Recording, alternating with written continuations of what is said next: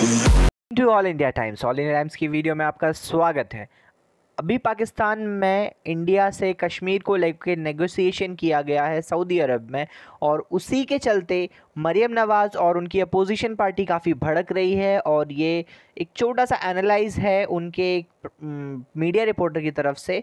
आप देखिए कि हिंदुस्तान का खौफ किस कदर पाकिस्तान के दिल में है।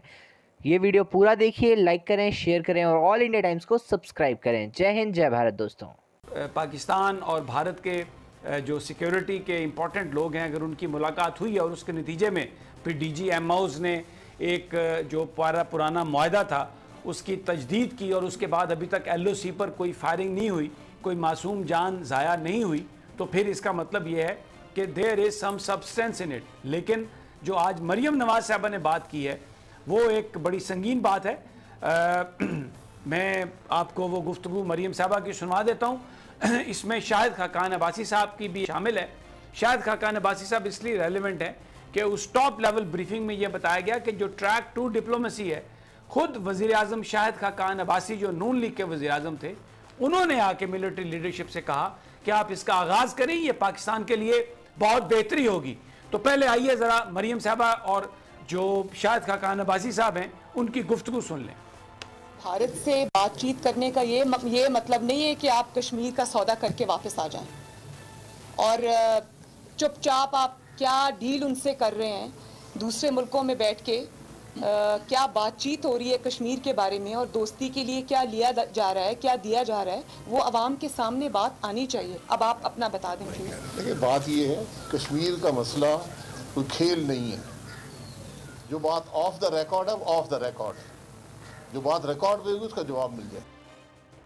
अब ये जो शाहिद खाकान अब्बासी साहब कह रहे हैं जो बात ऑफ द रिकॉर्ड है वो ऑफ द रिकॉर्ड ही रहे, इसका मैं जवाब नहीं दूंगा। ये इसलिए थी कि वो जो ब्रीफिंग थी वो ऑफ द रिकॉर्ड है, लेकिन जाहिर है जो पार्टिसिपेंट्स थे उन्होंने आके मुख्तलिफ हवालों से इस खबर को डिस्कस भी किया होगा और इस हवाले से खबरें छापी भी गई। फ़हद हुसैन साहब जो डॉन के एडिटर भी हैं, बड़े अच्छी शोहरत के जर्नलिस्ट हैं, वो इस ब्रीफिंग में मौजूद थे और उन्होंने आके ट्रैक टू डिप्लोमेसी के हवाले से जो 2 दिन पहले डॉन की लीड स्टोरी थी उसमें ये सारी बात उन्होंने बताई।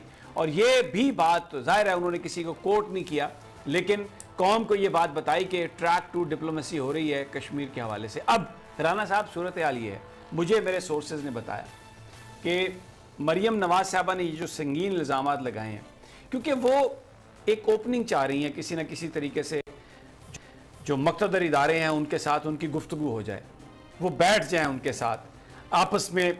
ये जो सारी कहानी चल रही थी, ये जो PDM की मूवमेंट भी थी, जो जलसे जुलूस भी थे, कहा जा रहा था कि सिलेक्टर्स इमरान को निकालो और हमारे से बात करो, वो इस अपॉर्चुनिटी को भी, जो कश्मीर का एक मामला है उसको भी इस तरह उन्होंने एक अपनी अपॉर्चुनिटी जाना अपने लिए कि वो आज उन्होंने इतनी संगीन बात कर दी है, इल्ज़ाम लगा दिया है पाकिस्तान के सिक्योरिटी इदारों पर कि जनाब आप दूसरे मुल्क में बैठकर कश्मीर का सौदा कर रहे हैं।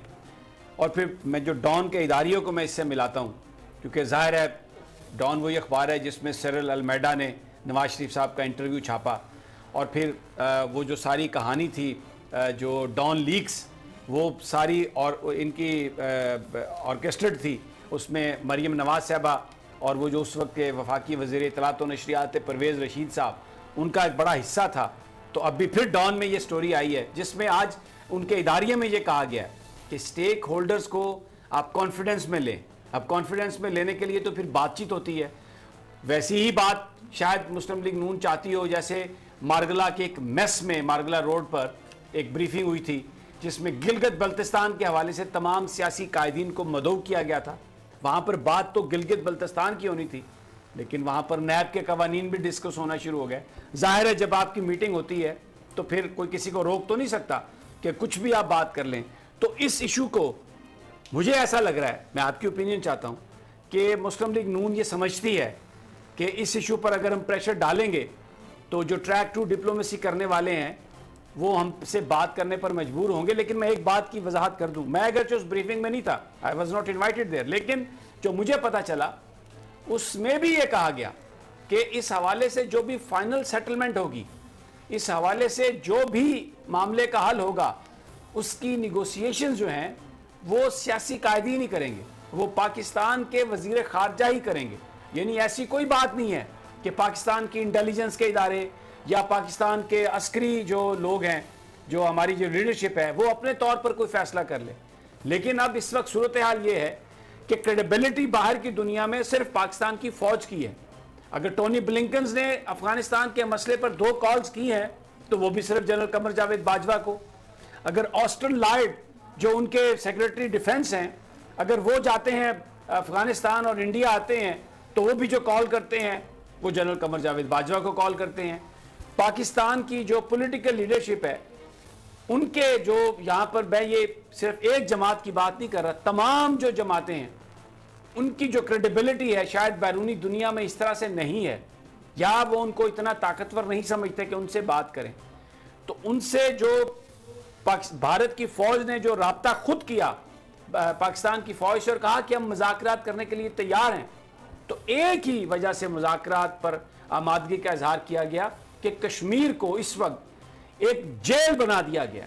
वहां पर जो जुल्म सितम है, पाकिस्तान की अटमोस्ट ख्वाहिश और कोशिश है कि किसी तरीके से वो जो वहां पर जुल्म हो रहा है उसमें कश्मीरियों को थोड़ी सी आसानी पैदा हो जाए, थोड़े से उनके हालात जो हैं वो बेहतर हो जाएं, क्योंकि इस वक्त उनकी जो जिंदगी है वो जिंदगी एक तरह से जहन्नुम बना दी गई है। तो उसके हवाले से उस सारी सूरत हाल का ये जो कॉन्टेक्स्ट है सारा ये है, उसमें अब मरियम नवाज साहबा की तरफ से ये जो बात है, लग ऐसा रहा है कि आने वाले दिनों में कोई पॉलिटिकल लीडरशिप से गुफ्तगू होगी राना साहब, उस पर फिर सारी बातें आएंगी।